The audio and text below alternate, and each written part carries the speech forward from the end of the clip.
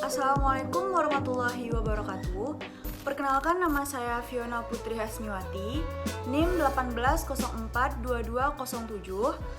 Pada kali ini saya akan menjelaskan materi administrasi kepegawaian pada pertemuan 3-5, poin 1-3. Yang pertama yaitu poin 1, definisi, fungsi, dan jenis pegawai dalam melaksanakan kegiatan penyelenggaraan negara.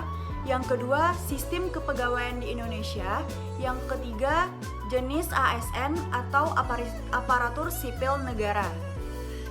Berikut video pemaparan materi. Pada materi pertama yaitu definisi pegawai. Menurut Soeharno pada tahun 2008, pegawai adalah seseorang yang ditugaskan sebagai pekerja dari sebuah perusahaan untuk melakukan operasional perusahaan yang bekerja untuk digaji dan sebagai penggerak utama dari setiap organisasi. Tanpa mereka, organisasi dan sumber daya lainnya tidak akan pernah menjadi sesuatu yang berarti. Hal tersebut sangat berpengaruh terhadap produktivitas kerja, kualitas kerja, disiplin kerja, serta loyalitas pegawai terhadap suatu perusahaan. Selanjutnya, konsep aparatur sipil negara tercantum pada Undang-Undang Nomor 5 Tahun 2014 tentang aparatur sipil negara pada pasal 1 ayat 1, yang mana aparatur sipil negara adalah profesi bagi pegawai negeri sipil dan pegawai pemerintah dengan perjanjian kerja yang bekerja pada instansi pemerintah. Selanjutnya, masuk kepada fungsi pegawai aparatur sipil negara yang berfungsi sebagai yang pertama, pelaksana kebijakan publik, yang kedua, pelayanan publik, yang ketiga, perekat dan pemersatu bangsa.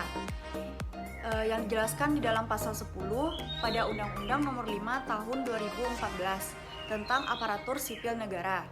Selanjutnya dijelaskan pada pasal 12 yang mana pegawai aparatur sipil negara berperan sebagai perencana, pelaksana, dan pengawas penyelenggaraan tugas umum pemerintahan dan pembangunan nasional melalui pelaksanaan kebijakan dan pelayanan publik yang profesional, bebas dari intervensi politik, serta bersih dari praktik korupsi, kolusi, dan nepotisme atau yang disebut dengan KKN. Yang ketiga yaitu jenis pegawai pada penyelenggaraan pemerintahan negara. Yang pertama, pegawai negeri sipil yang pusat, yaitu biasanya bekerja pada daerah pemerintah pusat sesuai dengan perundang-undangan yang berlaku. Selain itu, di tingkat PNS di tingkat pusat memiliki profesi yang lumayan tinggi seperti sekretaris jenderal, direktur jenderal, kepala biro, dan berbagai staf ahli di bidang yang mereka kuasai. Yang kedua, yaitu ada pegawai negeri sipil daerah yang mana merupakan pegawai yang diangkat dan bekerja di tingkat daerah otonom. Biasanya mereka bekerja pada pemerintahan provinsi atau pada pemerintahan kabupaten atau kota. Contohnya pekerjaan yang diduduki oleh pegawai negeri sipil tingkat daerah yaitu kepala dinas atau perkantoran, kepala bagian, kepala bidang, camat, kepala seksi, lurah, sekretaris camat, dan sekretaris lurah. Selanjutnya ada yaitu pegawai negeri sipil lainnya yang mana orang yang bekerja sesuai dengan perundang-undangan yang berlaku. Pekerjaan yang dimiliki oleh pegawai negeri lainnya yaitu bekerja pada perkantoran yang sudah disetujui. Dapat diketahui yaitu sistem sebagai kelompok komponen yang masing-masing saling menunjang, saling berhubungan maupun tidak, yang keseluruhannya merupakan sebuah kesatuan menurut Swadi tahun 1999. Selanjutnya yaitu kepegawaian adalah segala hal yang berkaitan dengan pegawai yang bekerja dalam organisasi. Jadi dapat disimpulkan sistem kepegawaian adalah sebuah sistem yang terdiri atas beberapa anak sistem yang saling berkaitan. Secara garis besar, sistem kepegawaian dapat dikelompokkan ke dalam 3 jenis. Yang pertama, separate personal system, yang mana pemerintah daerah mempunyai kewenangan sepenuhnya untuk melakukan pembinaan pegawai yang berada di wilayah kerjanya, mulai dari menerima, menyeleksi, mengangkat, mengembangkan, menempatkan, memindahkan, mempromosikan, dan memberhentikan pegawai. Yang kedua yaitu unified personal system.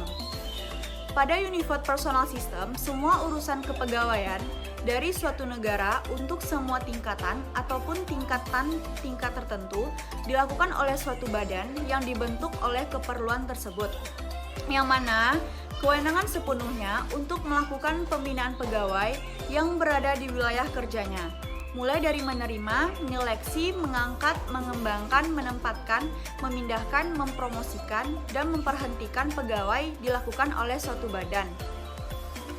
Yang terakhir yaitu Integrated Personal System, yang mana semua pegawai baik pusat maupun daerah diatur oleh pemerintahan pusat, yang mana semua pegawai tersebut milik pusat. Pada negara Indonesia lebih mendekati sistem kepegawaian Integrated Personal System, yang mana cocok untuk dekonsentrasi. Dapat diketahui keuntungan dari Integrated Personal System yaitu adanya kesamaan dalam kondisi kepegawaian, adanya rekrutmen secara nasional, karir yang luas, dan adanya pegawai profesional. Selanjutnya pada Undang-Undang tahun 32 tahun 2004 tentang pemerintahan daerah, Indonesia mengambil sistem pegawaian Integrated System, jenis aparatur sipil negara atau yang disebut dengan ASN. ASN adalah profesi bagi pegawai negeri sipil dan pegawai pemerintah dengan perjanjian kerja yang bekerja pada instansi pemerintah. ASN terdiri dari dua kategori, yaitu PNS dan PPKK. Menurut Undang-Undang Nomor 5 Tahun 2014 tentang Aparatur Sipil Negara, pada pasal 7 yang ayat 1 yaitu PNS sebagaimana dimaksud dalam pasal 6 huruf A merupakan pegawai ASN yang diangkat sebagai pegawai tetap oleh pejabat pembina kepegawaian dan memiliki nomor induk pegawai secara nasional. Sedangkan PPPK sebagaimana dimaksud dengan pasal 6 huruf B merupakan pegawai ASN yang diangkat sebagai pegawai dengan perjanjian kerja oleh pejabat pembina kepegawaian sesuai dengan kebutuhan instansi pemerintah dan ketentuan undang-undang. Undang-Undang 5 Tahun 2014 tentang Aparatur Sipil Negara. Selanjutnya, PNS dan PPKK juga memiliki hak sebagai aparatur sipil negara, yang mana diberikan gaji dan tunjangan sesuai dengan ketentuan peraturan perundang-undangan yang berlaku bagi pegawai negeri sipil atau PNS. Selain itu, dalam rangka pengembangan kompetensi untuk mendukung pelaksanaan tugas, PPPK dan PNS diberikan kesempatan untuk pengetahuan sesuai dengan perencanaan pengembangan kompetensi pada instansi pemerintahan.